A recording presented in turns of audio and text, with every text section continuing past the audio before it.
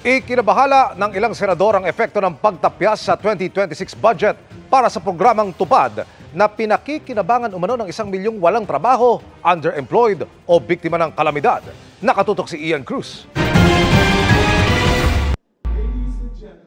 Kumpara sa 2025 national budget, mas mababa ang hiningi ng Marcos administration ng budget para sa Tupad program o ang tulong panghanap buhay sa ating Disadvantaged Workers Program. Ito yung programang nagbibigay ng pansamantalang trabaho para sa mga walang trabaho, underemployed o kaya ay biktima ng kalamidad. Sa budget hearing sa Senado kanina, lumabas na mula 17.5 billion pesos na alokasyon ngayong taon. 11 billion pesos na lang ang hinihinging alokasyon para sa Tupad. Ang natapyas na 6 na bilyong piso, katumbas daw ng tinatayang 1 milyong benepisyaryo ng Tupad.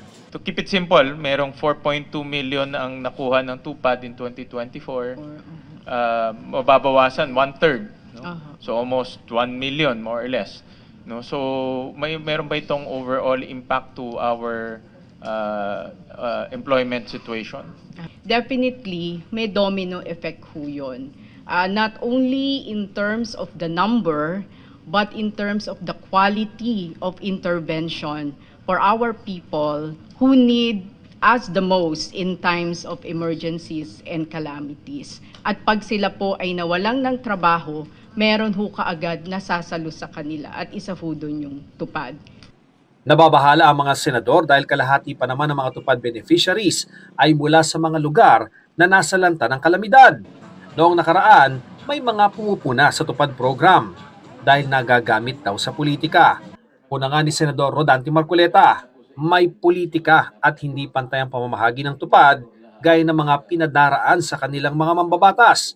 May mga party list daw dati na gaya niya na hindi nakakuha nito habang ibang mambabatas malaki raw ang alokasyon at base sa pagsusuri ng Commission on Audit, maraming kulang-kulang ang dokumento.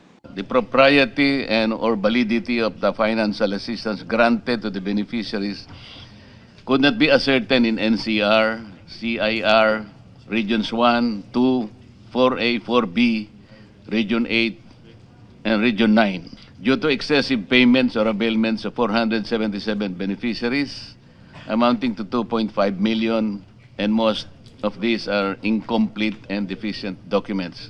Sa bahagi po ng DOLE, dahil ang Tupad ay Cash for Work program, closely monitored po namin at meron po kaming pinatutupad na guidelines. Ina-accept po namin na amin tinatanggap na hindi naman po perpekto ang mga sistema, implementasyon ng DOLE. Subalit, gagaya po ng inyong mga mungkahi, amin mong tinatanggap yan para maging gabay namin. Para sa GMA Integrated News, Ian Cruz, nakatutok 24 oras.